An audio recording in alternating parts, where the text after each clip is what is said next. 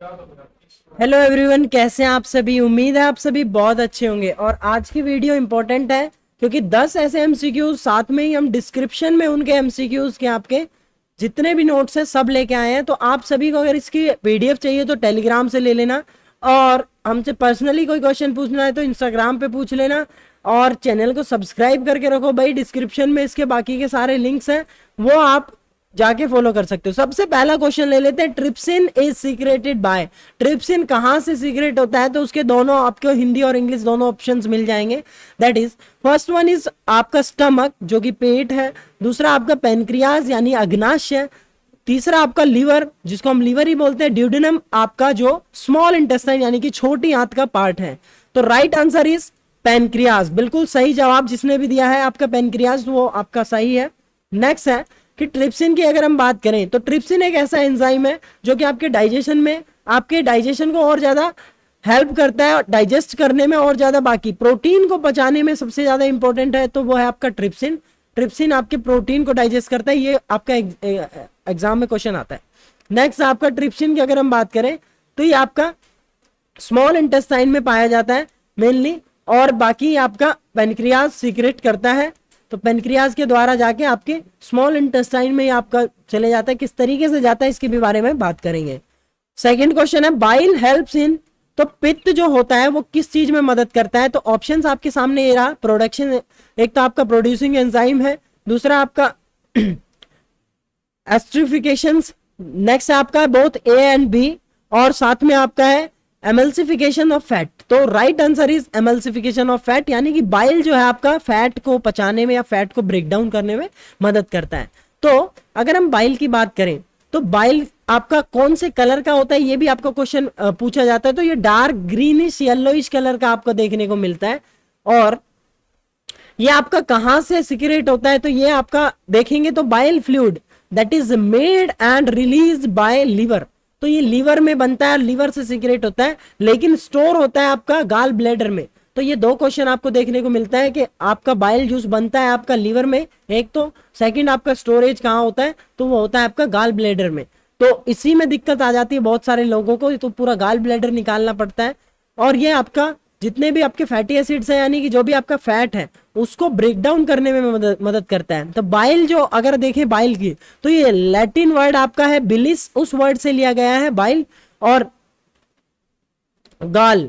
तो अगर हम इसकी बात करें तो ग्रीन कलर का ये होता है, डार्क ग्रीन, और येलोइश कलर का ये आपका रहता है जो कि आपको मदद करता है। अब उसके कंपोजिशन की बात करेंगे तो हेपेटिक बाइल आ रहा है। तो हेपेटिक जहां पर भी वर्ड आ जाए तो आपको लगा देना है वो लीवर से रिलेटेड है। हेपेटिक आर्टरी, हेपेटिक वेन्स वो रिलेटेड है आपके लीवर से। 97 से 98% तक इसमें आपका पानी होता है, 0.7% इसमें बाइल साल्ट होते हैं, 0.2% इसमें बिलिरुबिन होता है, 0.51% यहाँ पे आपको फैट्स देखने को मिलते हैं, और भी थोड़े थोड़े आपके साल्ट्स देखने को मिलते हैं। तो ये सारा इसका कंपोजिशन की बात करी। और इसमें दो मेन पिगमेंट पाए जाते हैं बाइल में, जो कि एक आपका है बिलिरुबिन जिसका आपका येलोइश कलर रहता है, और एक यहां पर आपका ब्राउन कलर देता है मिक्स करके, वो आपका फीसिस को, मतलब जो आपके फीसिस रहते हैं उनको ब्राउन कलर करने का काम करता है आपका ये। तो ये सारे आपके ऑप्शंस आपको देखने को मिलते हैं बहुत सारे एग्जाम्स में। तो नेक्स्ट क्वेश्चन इसी के साथ साथ देख लेते हैं, the structure which prevents the entry of food into respiratory tract, यानी कि रेस्पिरेटरी ट्रैक में आपका खाना ना फंस जाए, उसकी एंट्री को रोकने के लिए क्या काम आता है, तो लैरिंग्स, फेरिंग्स, ग्लोटिस और एपिग्लोटिस। तो राइट आंसर इज एपिग्लोटिस, जिसने भी लगाया है उसका सही आंसर है।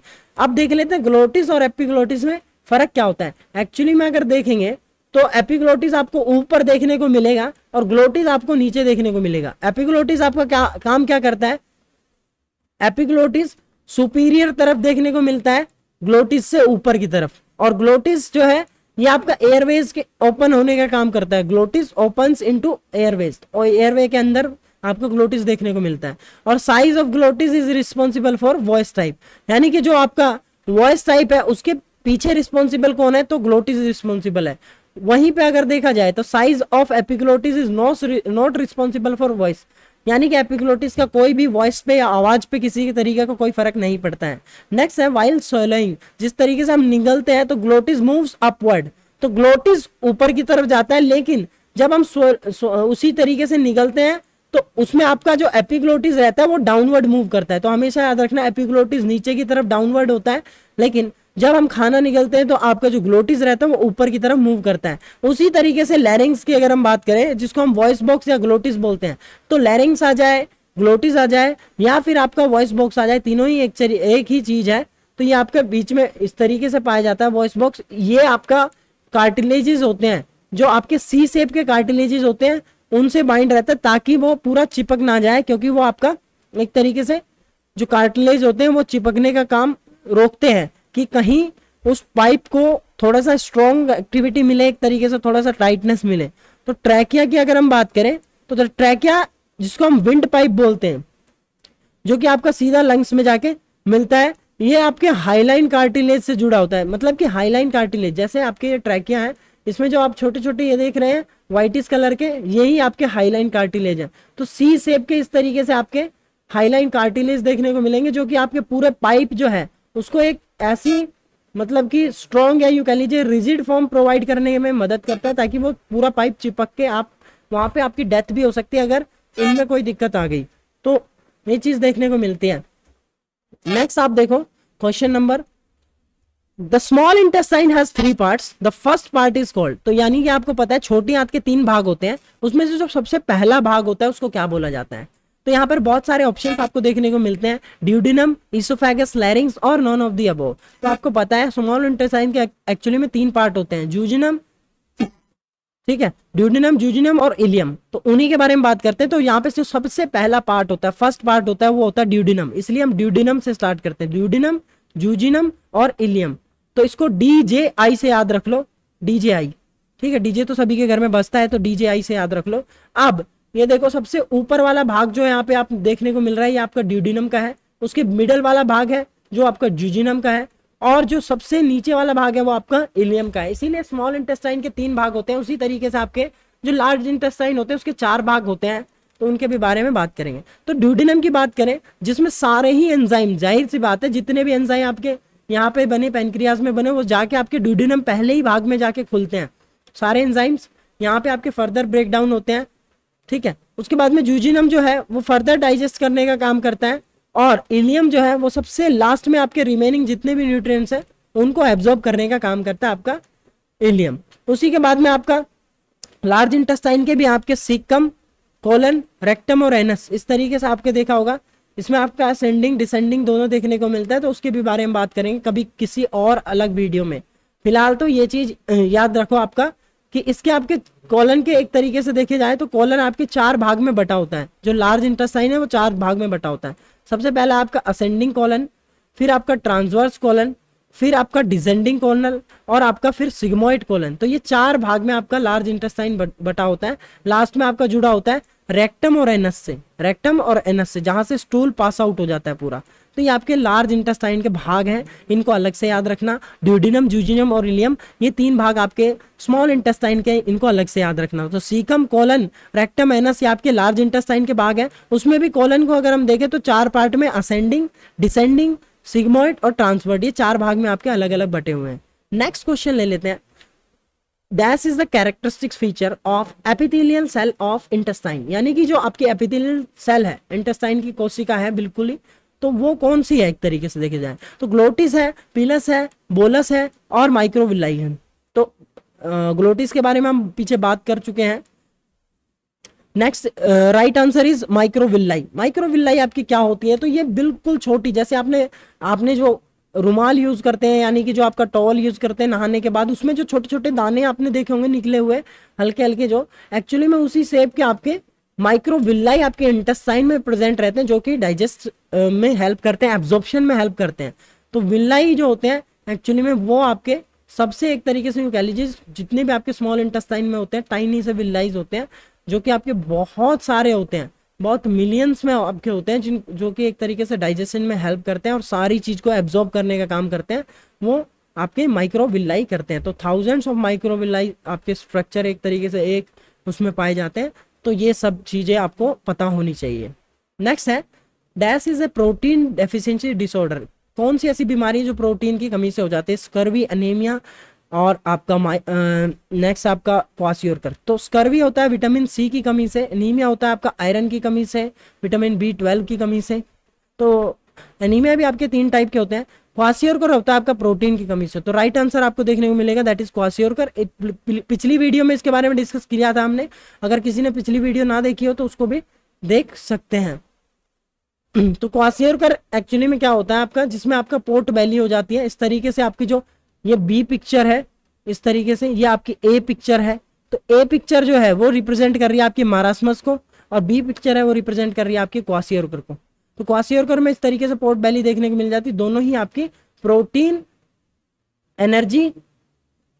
एनर्जी मालन्यूट्रिशन है, पीएम इनको बोलते हैं, प्रोटीन एनर्जी मालन्यूट्रिशन डिजीज। ठीक है, तो ये सारी चीजें आपको पता होनी चाहिए। क्वासियोरकर और मारास्मस दोनों ही आपकी प्रोटीन से रिलेटेड है। नेक्स्ट क्वेश्चन ले लेते हैं आपका, chymosin is known as, chymosin को क्या बोलते हैं? तो ये लाइपेस है क्या, एमाइलेस है, ट्रिप्सिन है या रेनिन है?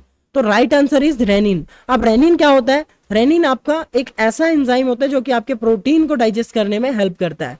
तो ये आपके बहुत सारे कडल्स में, यानी कि आपके बहुत सारे बफेलो या काव, इन सब में बहुत ज़्यादा रैपिडली निकलता है। तो ये आपका हेल्प करता है, जो कि डाइजेशन में मतलब कि प्रोटीन का डाइजेशन करने में हेल्प करता है आपका काइमोसिन, जिसको हम रेनिन भी बोलते हैं। तो रेनिन आपका हेल्प करता है प्रोटीन के डाइजेशन में।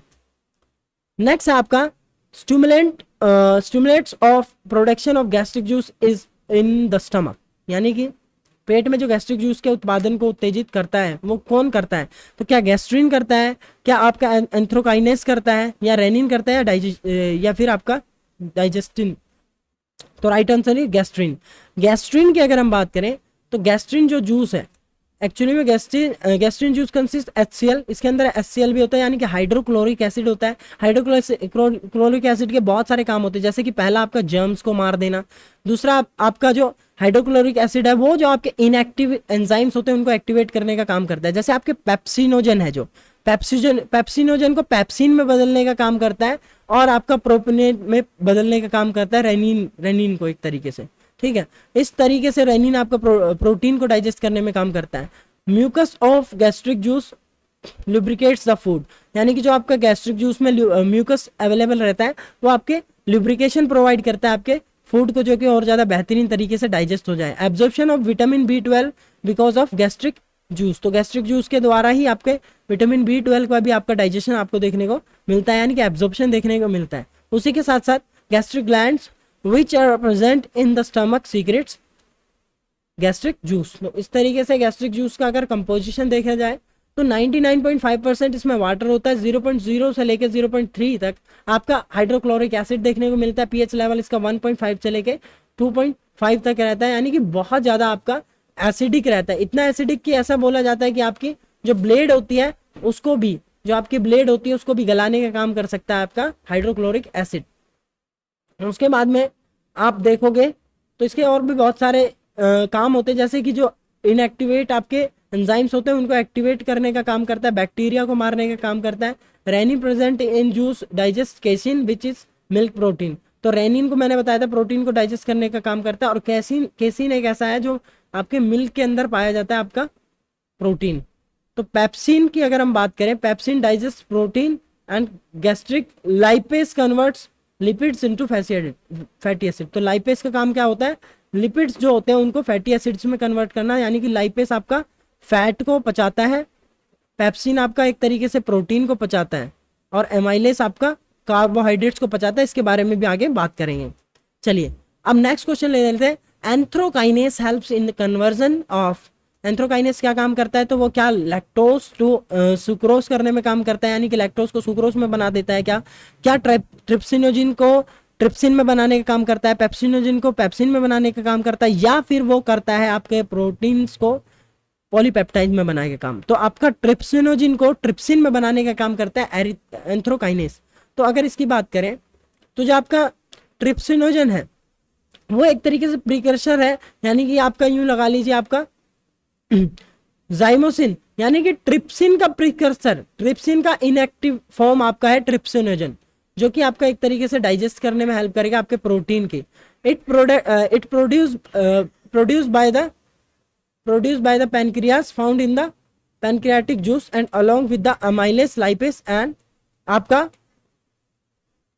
काइमोट्रिप्सिनोजन, यानी काइमोट्रिप्सिनोजन की अगर हम बात करें, ट्रिप्सिनोजिन, यानी कि आपके ये तीनों एंजाइम्स कहाँ से निकलते हैं? पेनक्रियाज से। तो पेनक्रियाज आपका प्रोड्यूस बाय पेनक्रियाज, जो कि आपके पेंट्रियाटिक जूस निकलता है आपके पेनक्रियाज। तो पेनक्रियाज आपका हेल्प करता है पेंट्रियाटिक जूस निकालने में। और पेंट्रियाटिक जूस में आपके बहुत सारे होते हैं। एमाइलेस जो कि आपका कार्बोहाइड्रेट्स को पचाने में मदद करता है, लाइपेस जो कि आपके फैट को पचाने में मदद करता है, और उसी में आपका काइमोट्रिप्सिनोजन भी निकलता है। तो ट्रिप्सिनोजन की अगर हम बात करें तो ये एक तरीके से इनएक्टिव फॉर्म है ट्रिप्सिन की, जो कि आपके हेल्प करने में मदद करता है, डाइजेस्ट करने में मदद करता है आपके। उसी तरीके से आप यहाँ पे देख सकते हैं कि एमाइलेस क्या करता है? कार्बोहाइड्रेट्स को ब्रेक डाउन करने का काम करता है। प्रोटेस क्या करता है? Break down protein into amino acids. तो प्रोटेस। लाइपेस क्या करता है? लाइपेस करता है break down lipids which are fats और ऑयल इनटू ग्लिसरॉल और फैटी एसिड। तो ग्लिसरॉल और फैटी एसिड्स में बदलने का काम करता है आपका लाइपेस। उसी के तरीके से आपका लाइपेसिस आपका एक तरीके से यही है, डाइजेस्ट करने का काम करता है फैट को। एमाइलेस आपको बता दिया। माल्टोस क्या है? एक तरीके से also found in saliva, maltose, ठीक है। तो शुगर माल्टोस इनटू ग्लूकोज। तो इसको भी इतना ज़्यादा याद रखने की जरूरत नहीं है, मेनली आपको ट्रिप्सिन याद रखना है। ट्रिप्सिन एक तरीके से आपके ब्रेक डाउन करता है प्रोटीन को। लैक्टोस जो है वो आपका क्या काम करेगा? लैक्टोस एक तरीके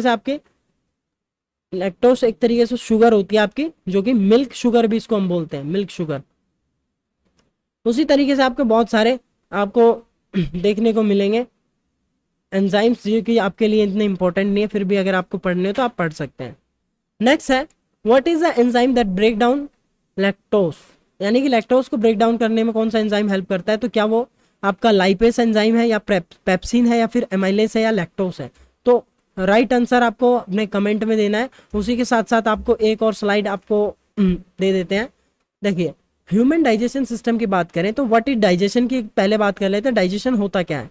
तो जितना भी आपका कॉम्प्लेक्स मॉलिक्यूल्स है उनको स्मॉल मॉलिक्यूल्स में कन्वर्ट करने के लिए, ताकि वो चीज आपकी ज्यादा से ज्यादा एब्जॉर्ब कर सके। क्यों? क्योंकि body can absorb simpler form food to generate energy. जितनी ज्यादा आपकी सिंपलर फॉर्म होगी, क्योंकि खा तो आप पूरी रोटी साबुत भी सकते हैं, आप अनाज भी खा सकते हैं, लेकिन उसको डाइजेस्ट करने में बहुत टाइम लगेगा। तो फंक्शन क्या क्या होते हैं डाइजेशन के? आपके फंक्शन होते हैं आपके ingestion, motility, secretion, digestion, absorption और इग्शन, ठीक है। इजेशन की अगर हम बात करें तो ये आपके एक तरीके से इजेक्ट कर देना, या यूं कह लीजिए बाहर निकाल देना, इस तरीके से। तो स्टेप्स अगर डाइजेशन की देखें तो break down of food mouth से, तो ये आपका पूरी तरीके से मैकेनिकली होता है, ठीक है। ट्रांसफर आपका पूरा इसोफेगस के थ्रू। फर्दर डाइजेशन होता है आपका स्टमक में, फिर कंप्लीट डाइजेशन और एब्जॉर्प्शन आपका होता है स्मॉल इंटेस्टाइन में। तो क्वेश्चन आता है एग्जाम में कि कंप्लीट डाइजेशन आपको कहाँ होता है? तो वो होता है आपका स्मॉल इंटेस्टाइन में। फिर एसिमिलेशन ऑफ एब्जॉर्ब्ड फूड, उसके बाद में आपका absorption of water and waste by large intestine. फिर उसके बाद में आपका एक तरीके से एग्जिट हो जाता है, फूड आपका बाहर निकल जाता है स्टूल के थ्रू। उसके बाद में पार्ट्स देख लो आप, माउथ के द्वारा यहाँ पे आपका माउथ देखने को मिलेगा, सैलिवरी ग्लैंड्स आपको देखने को मिलेगी जो कि कुछ एंजाइम छोड़ रही हैं। फिर बाद में इसोफेगस देखने को मिलेगा, जो आपको स्टमक देखने को मिलेगा, पेनक्रियास देखने को मिलेगा, स्मॉल और लार्ज इंटेस्टाइन देखने को मिलेगा, लीवर देखने को मिलेगा, गाल ब्लैडर जिसमें आपका बाइल जूस स्टोर होता है, जो कि आपका प्रोडक्शन करता है आपका लीवर। तो ये सारे कुछ इंपॉर्टेंट क्वेश्चंस थे जो कि मेरे हिसाब से आपके लिए इंपॉर्टेंट होंगे। Thank you so much for watching this video. इस वीडियो को बहुत ज़्यादा प्यार दो, इसको लाइक करो, अगर अच्छा लगता है तो शेयर भी करो, और चैनल को सब्सक्राइब करो भाई। देखते हैं, और शेयर कर देना अगर अच्छा लगता है तो। मिलते हैं नेक्स्ट वीडियो में। Until we meet, stay fit and stay healthy. अपना ध्यान रखो आप सभी भी। मिलते हैं नेक्स्ट वीडियो में।